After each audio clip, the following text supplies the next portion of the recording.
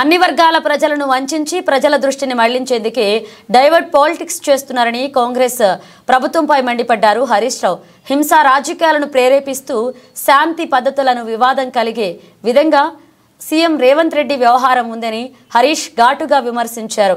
సిద్దిపేట జిల్లా కేంద్రంలోని MLA camp కార్యాలయంలో మీడియా సమావేశంలో మాట్లాడారు. ప్రతిపక్ష పార్టీ ఆఫీసులపైన దాడులు చేయించడం సీఎం రేవంత్ రెడ్డి దిగజారుడుతనానికి నిదర్శనమని మాజీ మంత్రి హరీష్ రావు అన్నారు. అన్ని రంగాల్లో కూడా అన్ని వర్గాలను ముంచినటువంటి రేవంత్ రెడ్డి ప్రభుత్వం ప్రజల దృష్టి మళ్లించేందుకు హింసా రాజకీయాలను ప్రోత్సహిస్తుంది. మీరు చూస్తే వరుసగా హింసా రాజకీయాలు, కౌశిక్ రెడ్డి ఇంటి మీద దాడి, సిద్దిపేటలో నా ఇంటి మీద క్యాంప్ ఆఫీస్ మీద దాడి, కేటీఆర్ గారి మీద ముషీరాబాద్లో దాడి, ఖమ్మంకు పోతే మా మీద దాడి, నిన్న భువనగిరిలో దాడి, అల్లు అర్జున్ మీద దాడి, అల్లు అర్జున్ ఇంటి మీద దాడి చేసిన కాంగ్రెస్. అంటే డైవర్షన్ పాలిటిక్స్, అంటే ప్రజలకు ఈ 6 గ్యారెంటీలు గుర్తు రాకుండా, ప్రజలు తమను ప్రశ్నించకుండా ప్రజల దృష్టిని మరల్చేందుకు హింసా రాజకీయాలను రేవంత్ రెడ్డి గారు ప్రోత్సహిస్తూ ఉన్నారు. సంక్షేమంలో విఫలమైనటువంటి సీఎం రేవంత్ రెడ్డి గారు శాంతి భద్రతల సమస్యను కావాలనే సృష్టిస్తున్నారు. బీఆర్ఎస్ ఆనవాలు లేకుండా చేస్తానని ప్రకటించిన రేవంత్ రెడ్డి ఆయన కుట్రలో భాగంగానే ఈరోజు భౌతిక దాడులు ఈ రాష్ట్రంలో జరుగుతూ ఉన్నాయి. ప్రశ్నిస్తున్నటువంటి ప్రజల మీద, ప్రతిపక్ష కార్యకర్తల మీద, ప్రతిపక్ష నాయకుల మీద పట్టపగలు దాడులు జరుగుతూ ఉన్నా పోలీసు ఉన్నతాధికారులు చోద్యం చూస్తూ ఉన్నారు. నిన్న యాదాద్రిలో బీఆర్ఎస్ కార్యాలయం మీద దాడి జరిగినప్పుడు నివారించాల్సిన పోలీసులు దగ్గరుండి దాడి చేయించినట్టుగా దృశ్యాలు కనబడతా ఉన్నాయి.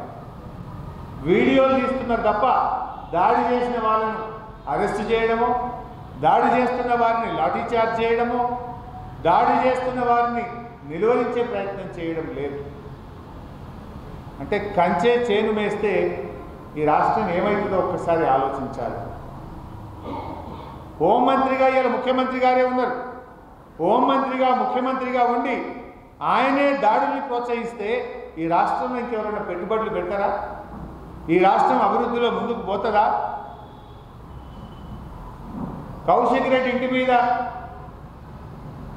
మరో ఎమ్మెల్యే గాంధీ గారి నేతృత్వంలో కాంగ్రెస్ గుండాలు పోలీసు రక్షణతో ఎస్కాట్తో వచ్చి దాడులు చేసింది. హైదరాబాద్ నడిబొడ్డున దాడి చేసింది. ఖమ్మంలో వరద బాధితుల్ని పరామర్శించడానికి మేము 5 ఎమ్మెల్యేలు మాజీ మంత్రులం పోతే మా కార్ల మీద రాళ్ల దాడి చేయించిండు రేవంత్ రెడ్డి. క్యాంపు కార్యాలయం మీద దాడి చేయించిండు. అల్లు అర్జున్ ఇంటి మీద రేవంత్ రెడ్డి అనుచరులు పోయి ఒక సినిమా యాక్టర్ ఇంటి మీద దాడి చేసిండు. బీజేపీ కార్యాలయం మీద దాడి చేసిండు. నిన్న భువనగిరి బీఆర్ఎస్ పార్టీ కార్యాలయం మీద దాడి చేసింది. ఇన్ని దాడులు జరిగినా ముఖ్యమంత్రిలో ఉలుపు లేదు, పలుకు లేదు. కనీసమైన స్పందించాడు. దాడుల్ని ఒక హోంమంత్రిగా ఖండించాడు. అంటే ముఖ్యమంత్రి గారి మౌనం ఈ దాడులకు అంగీకారంగా ఇవాళ కనబడతా ఉంది. ముఖ్యమంత్రి ఏం చెప్పాలి? ఇట్లాంటి జరిగినప్పుడు తక్షణమే స్పందించి దాడికి పాల్పడ్డ వాళ్ళను కఠినంగా శిక్షించండి, అరెస్ట్ చేయండి, కఠినమైన చర్యలు తీసుకోండి అంటేనేమో ఇంకోసారి జరగకుండా ఉంటాయి. అంటే హోంమంత్రిగా ఉన్న ముఖ్యమంత్రి మౌనంగా ఉండడం అంటే దాడుల్ని ఆయన ప్రోత్సహిస్తున్నాడు, ఈ దాడుల వెనుక ఆయన హస్తం ఉంది అని ఇలా ప్రజలు భావిస్తూ ఉన్నారు.